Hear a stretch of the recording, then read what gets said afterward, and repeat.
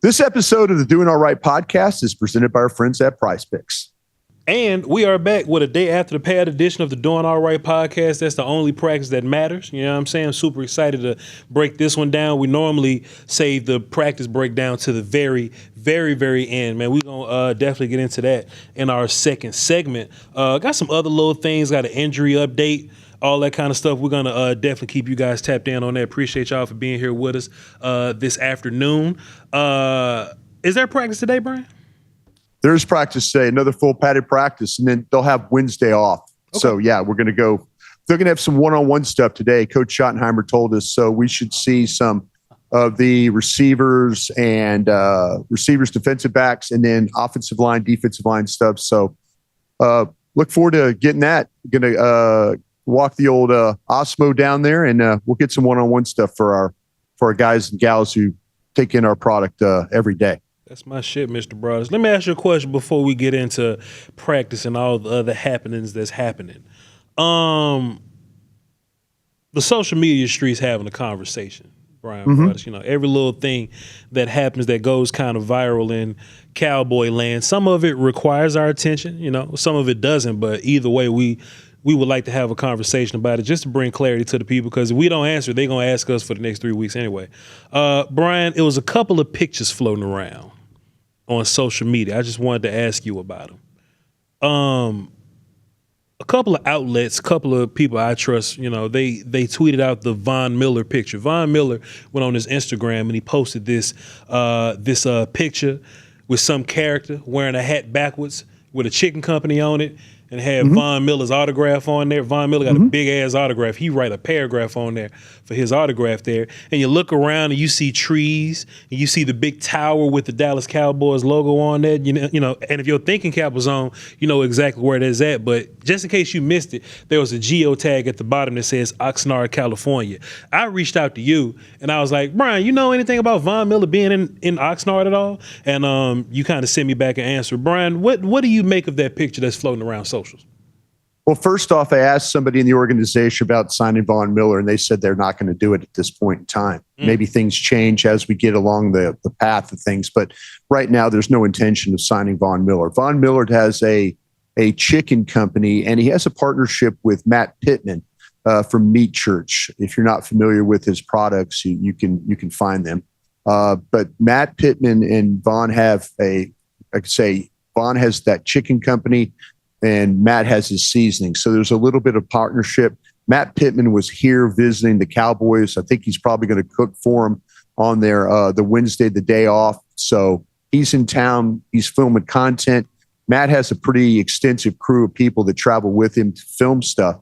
And so this gentleman had on one of Von Miller's hats, the chicken company hat.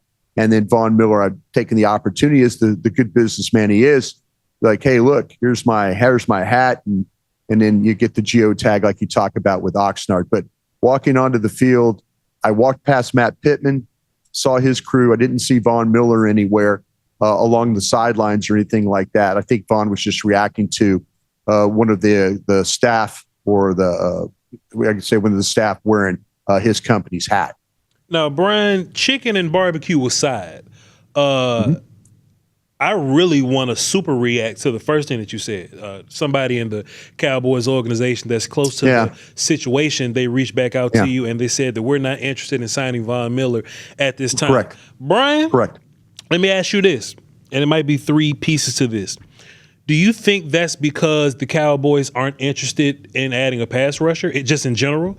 Two, do you think that they just don't think Von Miller's good and they just don't want to reach out? Maybe he's an older player. They just don't want to add an older player. Maybe he's not a fit here. Or do you think that their eyes are set on bigger fish like we've been talking about the whole time, and maybe there's no need to sign Von Miller because they're looking to sign bigger fish? Yeah, you know, the thing, I think that it's really right now, the main thing is they want to see what they've got with Donovan Ezeiruaku and Malachi Lawrence and guys like that. I think that's really where they're at. Some of these guys don't like training camp practice. Some of these veteran guys just don't like it. And, you know, if they have to circle back, they can. There's also about, you know, guaranteed contracts if you're on the roster for week one. Your contract's guaranteed if you're a veteran. So there's strategic things that you kind of have to think about. But I think the bottom line of this whole thing is they want to see what they have in Donovan Ezeiruaku, and they want to see what they have in Malachi Lawrence, and they want to see in Rashan Gary, who, by the way, is a great interview to talk to. We had a chance to get him on 105.3 The Fan yesterday, and you talk about a guy, I understand the leadership and all that stuff. When you talk to him, he's a look you in the eye kind of guy. He's got a really good personality, but he takes this football stuff pretty seriously. And so, I think that's really what the Cowboys are looking at right now is what guys do we have in camp? Is there going to be a point in time do we need to add a Von Miller? I think they could circle back to that if they need to. But right now, it's not number one thing on their plate. Fascinating stuff. I'm definitely going to ask you about Gary and the pass rush a little bit later when we're breaking down practice there, Bryan. Bryan, listen, man, there was another little picture floating around, and, I didn't feel the need to hit my sources up because, maybe they just wasn't going to text me back. I just didn't even hit them up. But I don't really see a bunch of Todd Williams appearances on social media.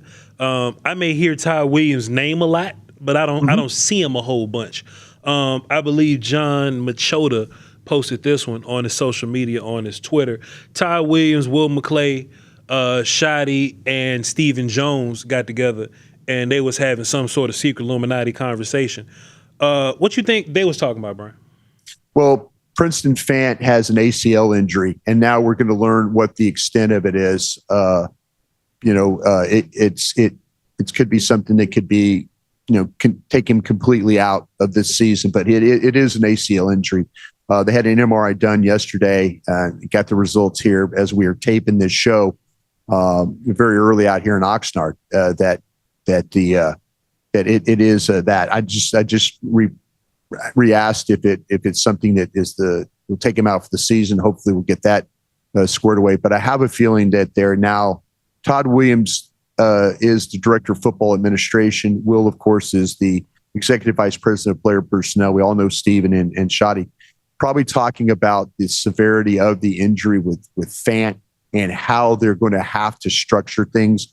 Are they going to have to bring in another tight end to compete? Is there a guy that they have in mind?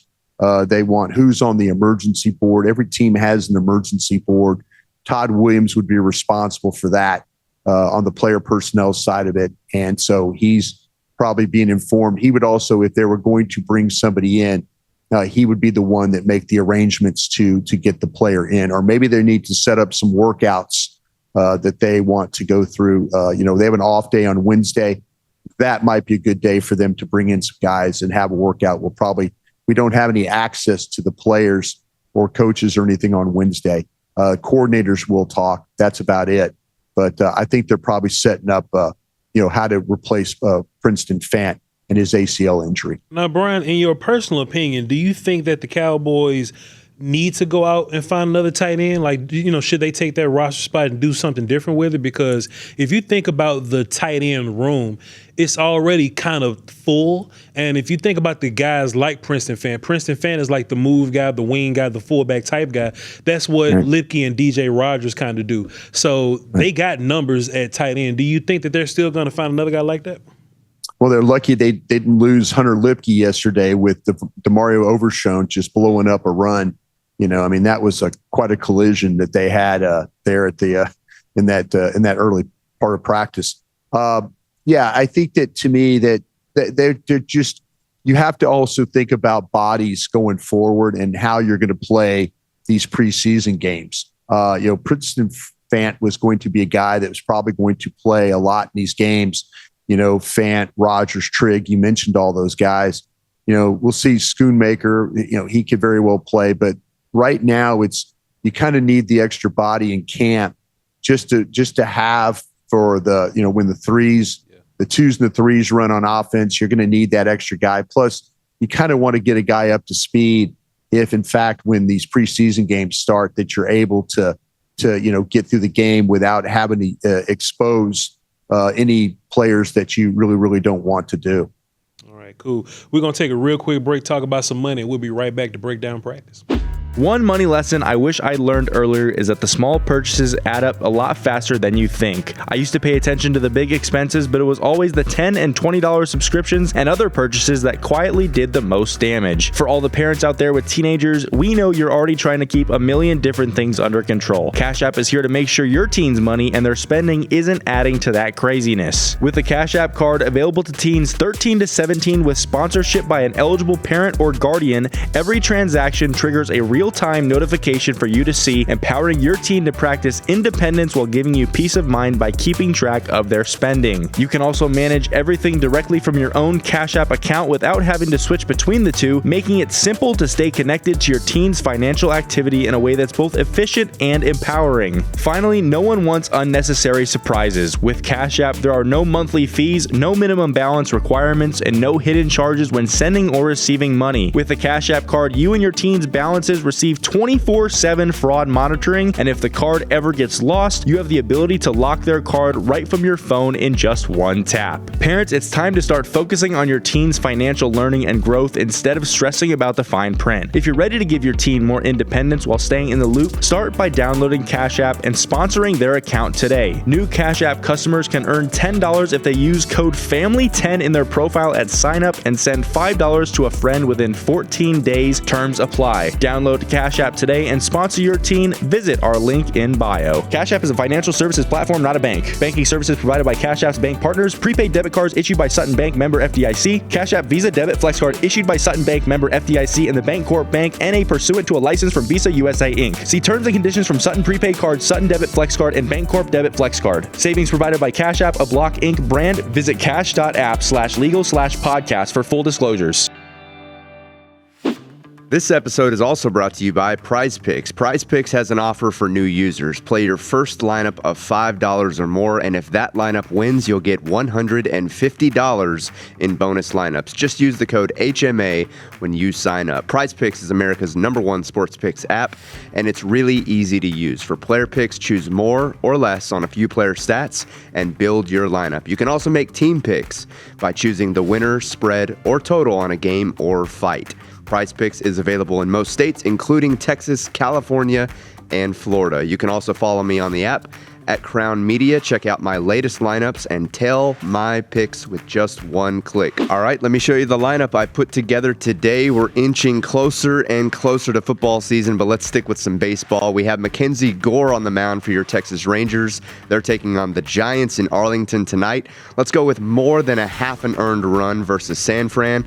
And let's stay in the AL West and roll out the great Mike Trout. We'll go with more than a half on hits, runs, and RBIs combined. Again, that's PrizePicks. Use our code HMA at sign up to win $150 in bonus lineups if you win your first $5 lineup. Good luck tonight. Brian, let me ask you something. I'm going to ask you this, set it up this kind of way. I'm going to turn to Segway Jones, and we're going to get into practice after this. Shotty alluded to this idea about the people that would and would not be playing preseason games. This is a conversation that we've been having every single year. I think at this point, Dak and his crew of superstar Cowboy guys, they've kind of proven to us that they can not play preseason games and then show up week one and be sharp and be on top of their business. CeeDee Lamb, week one, just happened to have a whole bunch of drops, but I think that's an anomaly. I think for the most part, they do play well. CeeDee also had 120-some yards in the first half of that game. So I don't think we're going to be seeing 488, 3, those kind of guys, right? But the Caleb Downs conversation kind of popped up in there, Brian. And normally the rookies do play. The first round rookies do play. Tyler Booker played a series last year, but just based on what I'm hearing in camp, Brian, it was a little, conversation that we was just kind of tiptoeing around, BSing around, that they're not going to put all this responsibility on Caleb Downs, that they're not going to put the bulk of stuff on his shoulders. Brian, I think by the time preseason is over, I think Caleb Downs is going to have all that bulk and all that information going through his head, and he's going to be relaying. He's going to be a young captain of this defense, Brian. Now, with that being said, him being such an important piece of the defense, but also a rookie at the same time, if your last name was Shotty, do you play Caleb Downs in preseason, or do you sit him because he's so important to the ecosystem of your defense? You know what? He's very important to what you do, because you look at the way that some of the things have kind of transpired here lately. And, when we get down in the red zone, you could clearly see there's things that give Clayton Adams some credit. Yesterday, matter of fact, he was the primary play caller. Shoddy was over in front of me with the defense. So he was letting Clayton Adams call plays. And the things that you kind of noticed was that in coverage, when they brought Flanoy across the formation from left to right, and what it did was it widened Downs to where he was now he was out of coverage, and it allowed Flanoy to get up inside on a different defender. So there are things already, though, that it's kind of creative the way that Clayton Adams did it to make matchups, and it's something that we've kind of seen. The last couple of days when they've done this goal line period, is to the ability to motion guys and then attack the middle of the field. Mm-hmm. But there was a time during Saturday's practice where a ball was thrown in the middle of the field again. And we talked about Hooker, we talked about Bell, and, there's kind of, they don't make the play. And then Downs is kind of looking at them both like, hands on hips, like, guys, what the hell are we doing back here? Kind of a thing. And, so you'll see how important he is to what they're doing defensively and his ability to play that way. And I think, to me, he's going to get a lot of work in that Rams practice. He's going to get a lot of work in the Saints practice. If he plays a series or two just to kind of get his NFL feet wet in that way with against another opponent other than a practice out here, I don't see the harm in that right now. I really don't. So, but he is going to be very important to what they do, because there's things that happen on the back end. They're down Thompson, they're down Locke, they're playing, and this is the thing that I think hurts him a little bit, is the fact that Hookers potentially could be a starter, but having to deal with Bell. Now, I'll say this though: some of these young safeties have stepped up. I mean, we've seen Julius Woods step up. We've seen guys come up and make plays, playing at the safety position, being the backup guys.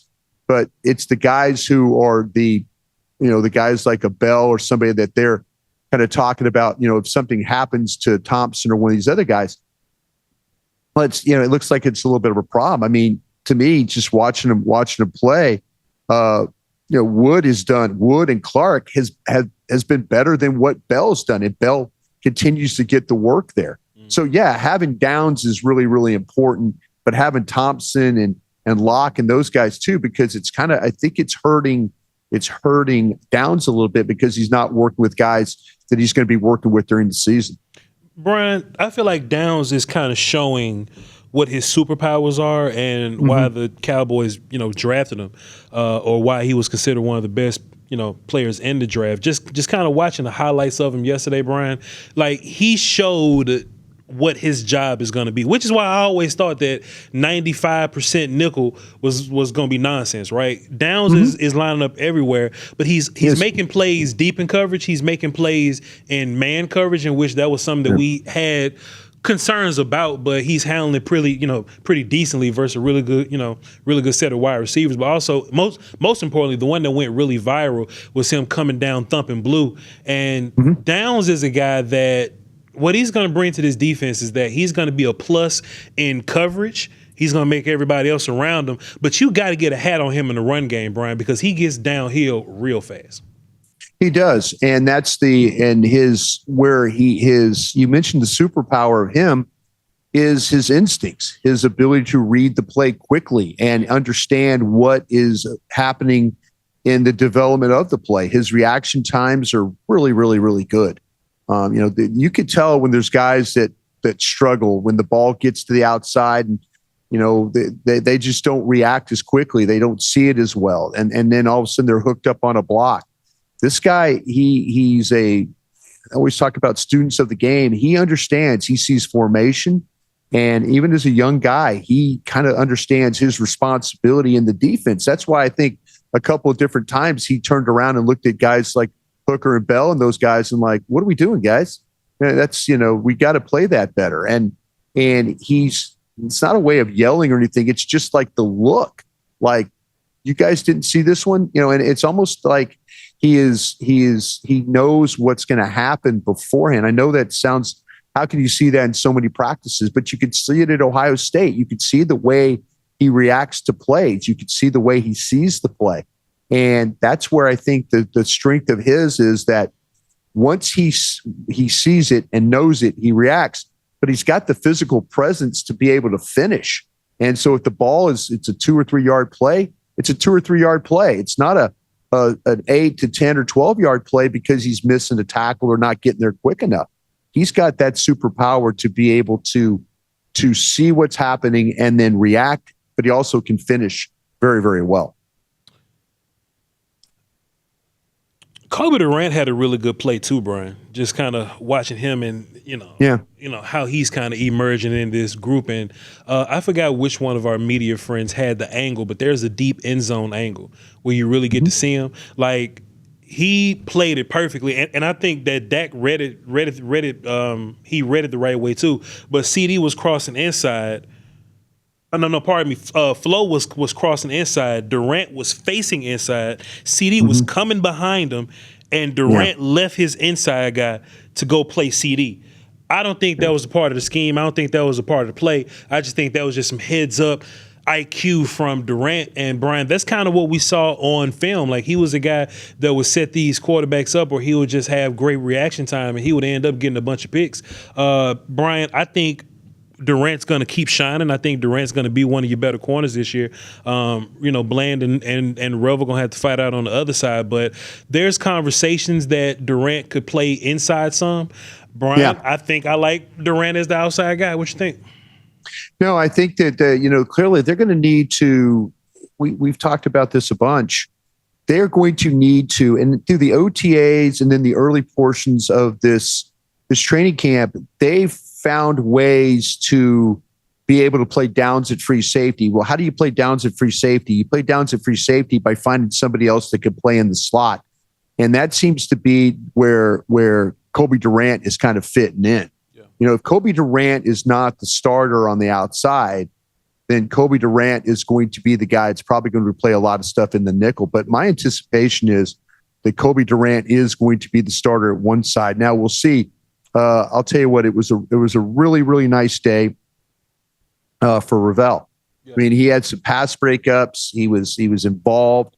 The coverage was actually really, really, really good on his. You always worry about him maybe being a little grabby, but the NFL officials were working the camp yesterday, and there was a couple different times where Lamb got hooked up with Moore along the sidelines, and a no call there. So these are the officials they're going to see every weekend. And it was good to see Ravel get those PBUs, knocking balls down, playing in position and all that. It looked like to me that as the practice was going on, he became more confident. But also, too, you saw Durant. Durant's been a guy that's always, I felt like in the OTAs, he was showing that, hey, I can handle the outside stuff. I can handle the inside stuff. This is a guy that's played meaningful football games, so he kind of understands the role and understands the job. And they're rotating these guys quite a bit. The guy that's kind of needs to maybe step up his game for all the reps he's getting is Kalen Carson. That's the one that needs to step up a little bit, because we're starting to see guys go out there and make plays. And I think Durant, as you mentioned, is the one that's leading the charge on this. So you say Kalen Carson's getting a bunch of reps, but he's not really taking advantage of it. Would you say that? I don't think so. Would you say that Devin Moore's kind of passed him up a little bit? I would say that Devin Moore, I think, listen, this administration has something invested in Devin Moore. That's a guy they drafted. They didn't draft Kalen Carson. But I'll tell you what, Kalen Carson, if he is, and this is through, the practices we've seen now, 6 days of camp, going on 7 days of camp. You're having practices out there, and they're giving him every opportunity. I always say this about players. It's like, hey, the front office didn't release you. You released yourself. And so Kalen Carson needs to have a day. He needs to go out there and have a day where he is showing up and the reps that he's getting, where he's knocking balls down, where he's reacting quickly. He needs those days, because we're starting to see guys like Durant and Revel Heck, even Josh Butler has had some practices where he's shown up. You've got to find a way to continually earn those reps in practice and continually find ways to try and earn your roster spot as well. Bryan, truth or cap? You ready, sir? Yes, sir. By the time we get to the end of the preseason, your linebacker starting lineup will not be Overshown and Mike and D Winters at will. It will be Jashawn Barham and Mike and Overshown at will. Truth or cap, Bryan Broaddus? I think there's some truth to that. I think there's some truth. I do believe there is a competition, and we've talked about this a bunch, and we encourage you to watch our shows because we talk about these things. And we brought up, is Overshown, is there a competition for his job? I felt like coming out of OTAs that there was going to be competition, whether it was Barham, whether it was James, or they were going to go get somebody. I felt like that Overshown's job was, he was going to have to find a way to be that guy. And he when the pads came on, the reactions, there was some good stuff. There's a couple of clips though too where, man, he got hooked up, and that's what's going to happen to him. There's going to be some explosive plays, and there's going to be ones where all of a sudden he didn't read it as quick. The one thing that he really lacks, he just does not have a lot of time on task playing as a Mike linebacker. It is a different animal. When those guys come off the ball and Williams and Clark and those guys don't pick up Booker or don't get Smith, it could be problems when those guys get up on top of you the way they do. So that's something I think that is there the physicality of the position. And listen, you can't sit there and say the only advantage that Overshown has is he's been in the league. But you can't say he's played a ton of games, and you can't say he's played a ton of games as a Mike linebacker. So to me, they started this process with him being the Mike linebacker.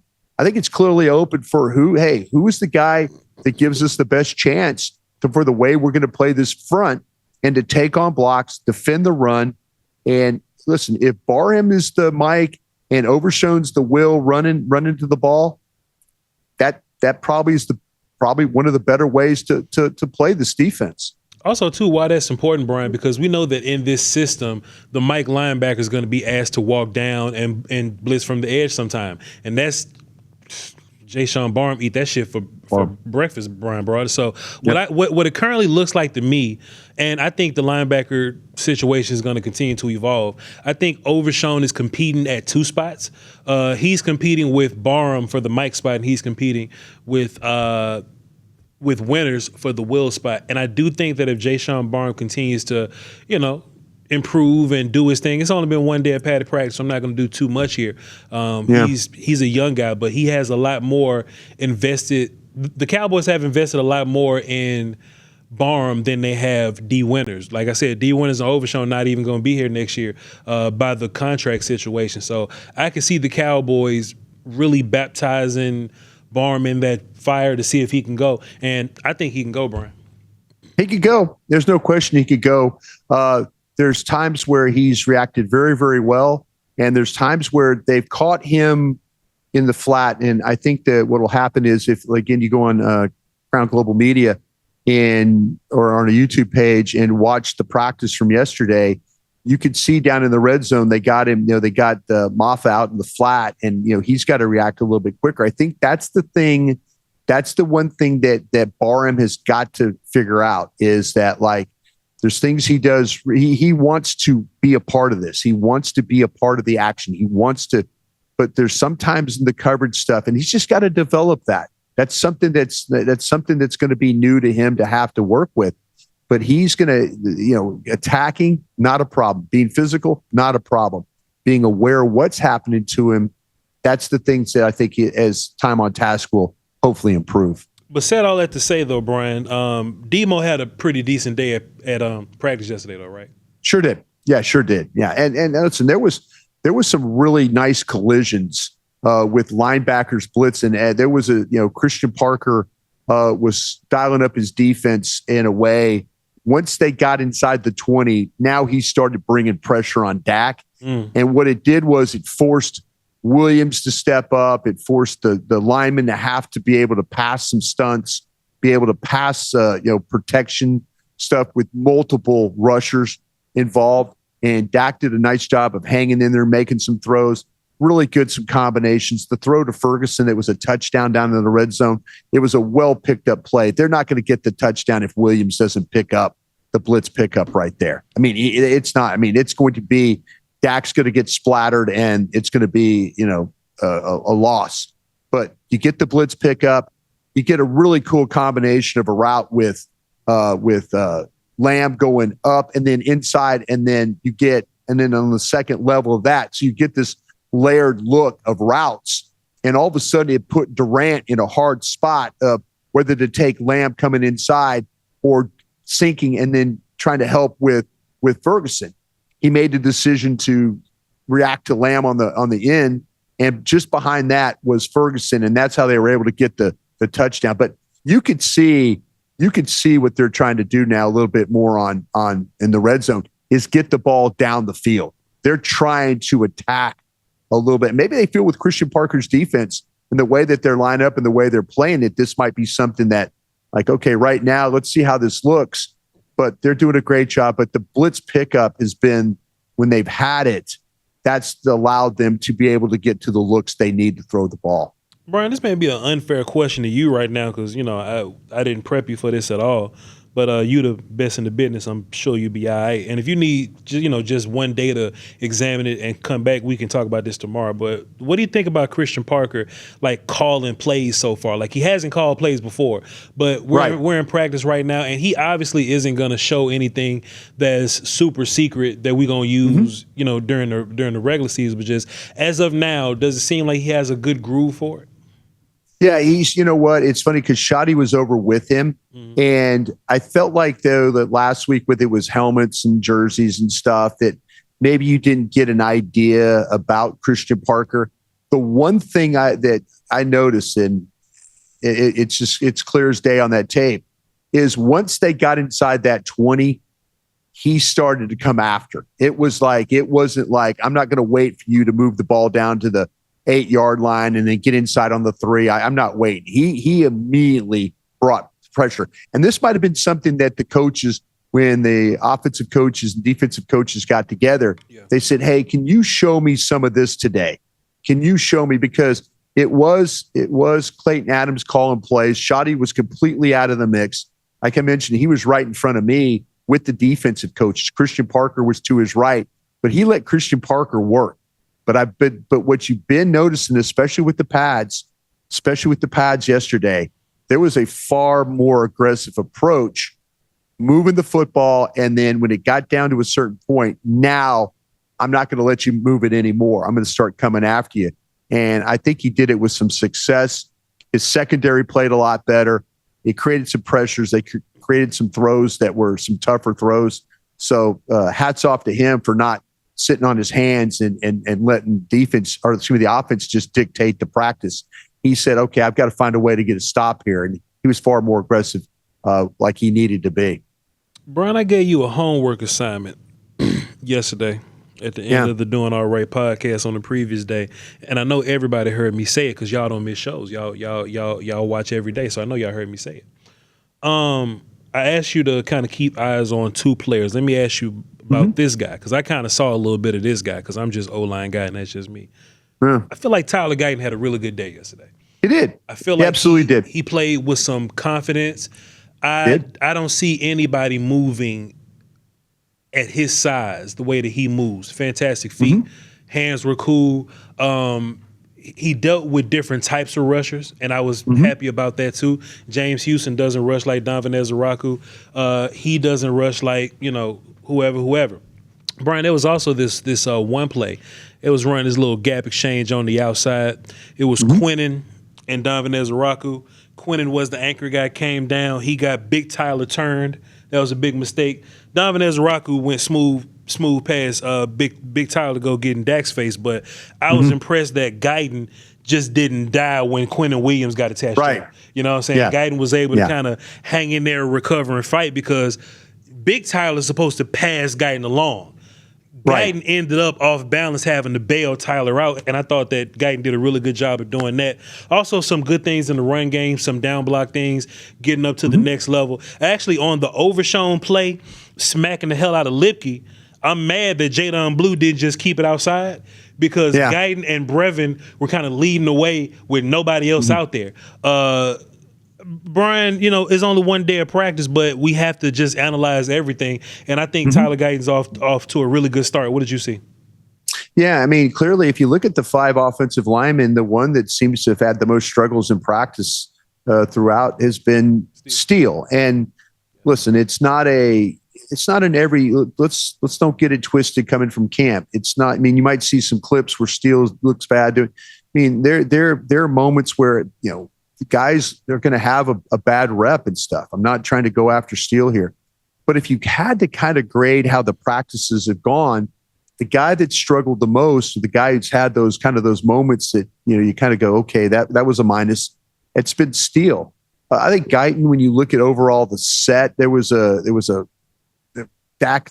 They tried to throw a fade over to the left side down the red zone, and you had an opportunity where Guyton is, he's kicks wide. He's got the defender. He's kept the defender wide, and now the defender kind of tries to go lower than him, and he's able to kind of sit down on him. Yeah. And so there was a time where you kind of felt like that Guyton's would be out of position, that something would happen when the defender adjusted.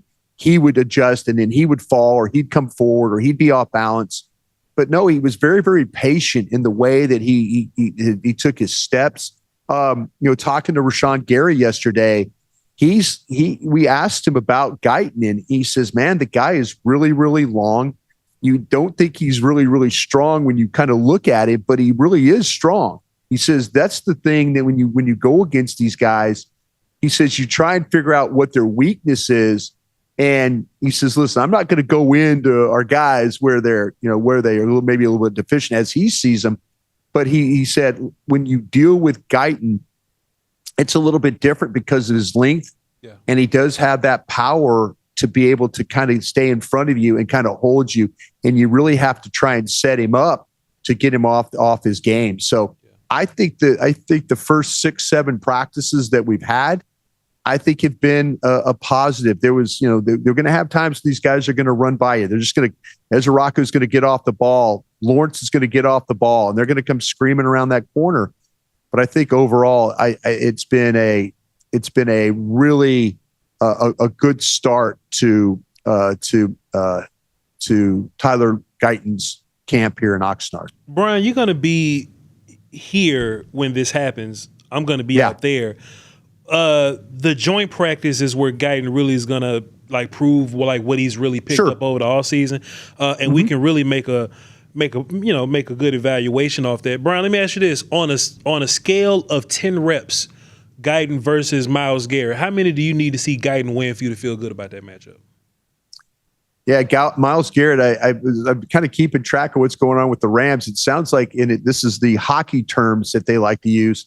Myles Garrett is dealing with lower body soreness. So maybe by the time we get to him, maybe he'll be back on the saddle. But right now, Myles Garrett is kind of dealing with a little bit. So we'll see if he, in fact, I would like to see if there's 10 reps and Guyton is winning 3 of them. Yeah. I mean, okay, it's 10 reps. It's 3 good.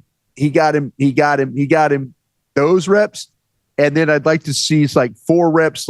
Oh man, that was close. Yeah. And then I kind of understand. I think I did my math right. 3, 4, 3 more where maybe he just gets blown by. That's never good for your tackle, but it happens. It's damn Myles Garrett. I'll take 3 wins. My analysis is 3 really good ones. Yep. Oh, he got him. Yeah. And then there's 4 oh shit. Yeah. And then 3 of oh gosh, he got beat bad there. That's a good scale. I'll let Myles Garrett whoop him bad 3 times. Like 3 real bad whoopings. I'll let that happen 3 times. 3 wins, of course, but I need those 4. And honestly, Brian, those 4 in the middle, that's what the league is. That's what I kind of want Guyton to settle around. Like, Myles got you in the first half of the rush. Maybe you sit down, buy yourself another second and a half, and then maybe Myles get back around you. But it just gives your quarterback just another smidgen of a second. If you give me 4 like neutral reps or whatever, that's just like 20 wins versus Myles Garrett. If you can go out there and do that by yourself, but. Yeah, no, and by the way, everybody in camp likes your 10 play deal. They're big fans of the. Okay, how many plays do you expect him to win? Or how many plays do you need him to before you feel good? It makes people think a different way about it. So tip of the cap to you for that one. Shouts out to my coach, Coach Woodard, Coach Trey Woodard. We had some dogs down there at Natchez High. Justin Hamilton was one of them. He's a former Cowboy. He was like, Voch, if you go against him 10 times, I need you to beat him at least 4 to make me feel good today. Yeah. So throughout my practice, it makes people think. It makes people. But now I've taken it a step further where I need 3 dominant wins. Yep.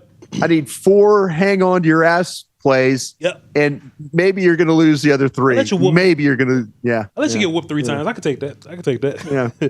That's a good game, Brian. It keeps on evolving. The other side of the homework assignment was I asked you about Malachi Lawrence. I didn't see a whole bunch of people say much about him.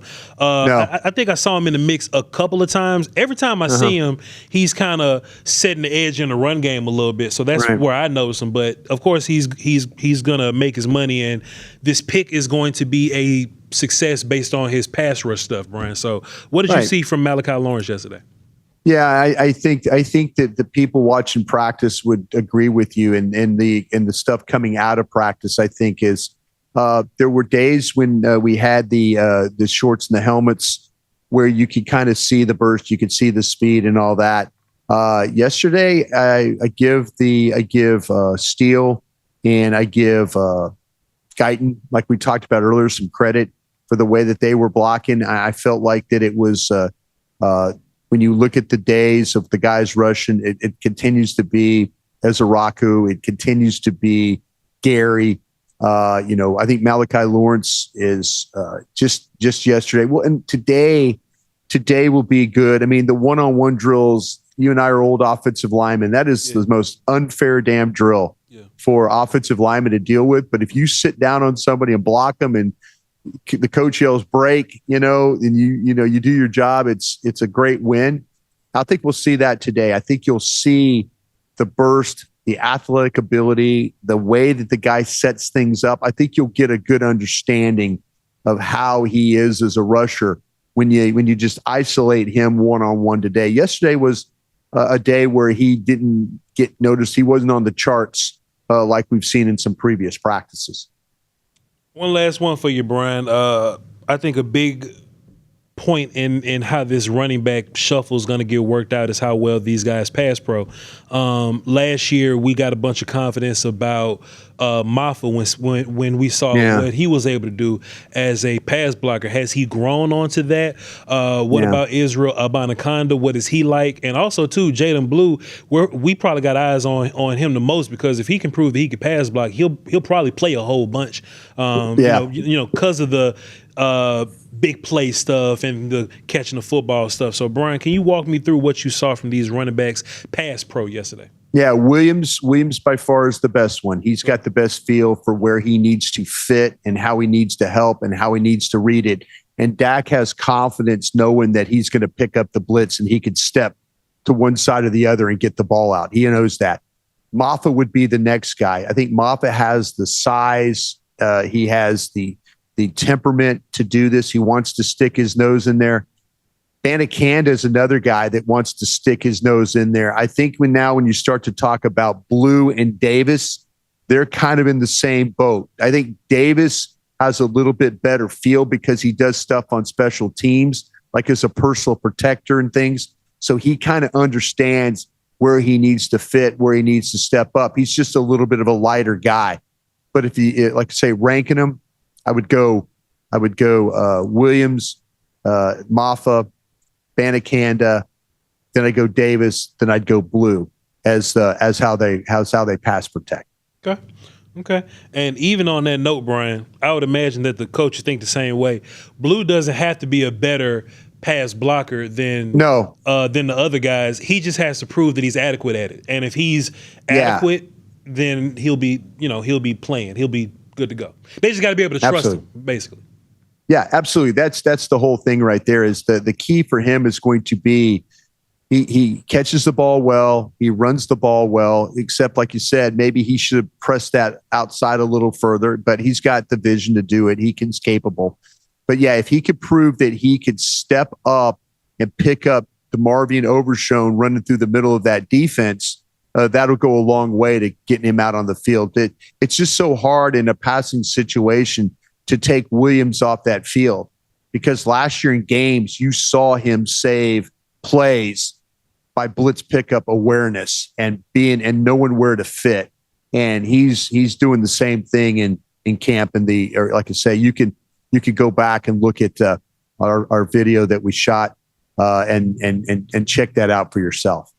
If y'all want to take a look at any of that footage, please go to Crown Globe Media's YouTube page, or it's on the website, whichever one you want to navigate. I know some people prefer to go to websites because they grew up in the era that I did, and they just prefer websites. So knock yourself out, whatever it is, whatever you prefer. Crown Globe Media has it for you. Bryan Broaddus, appreciate you, sir. Good work as always, and we're going to get another one in the books and do it all over again tomorrow, sir. Let me give you a homework assignment here. Let me pull up our lads, so I can see our lads Cowboys. I just want to keep eyes on some of these things. Can we get some? By the way, let me tell you something real quick. Yeah. If you'd have given me an assignment to say, look at Kelvin Gilliam, defensive tackle. Never.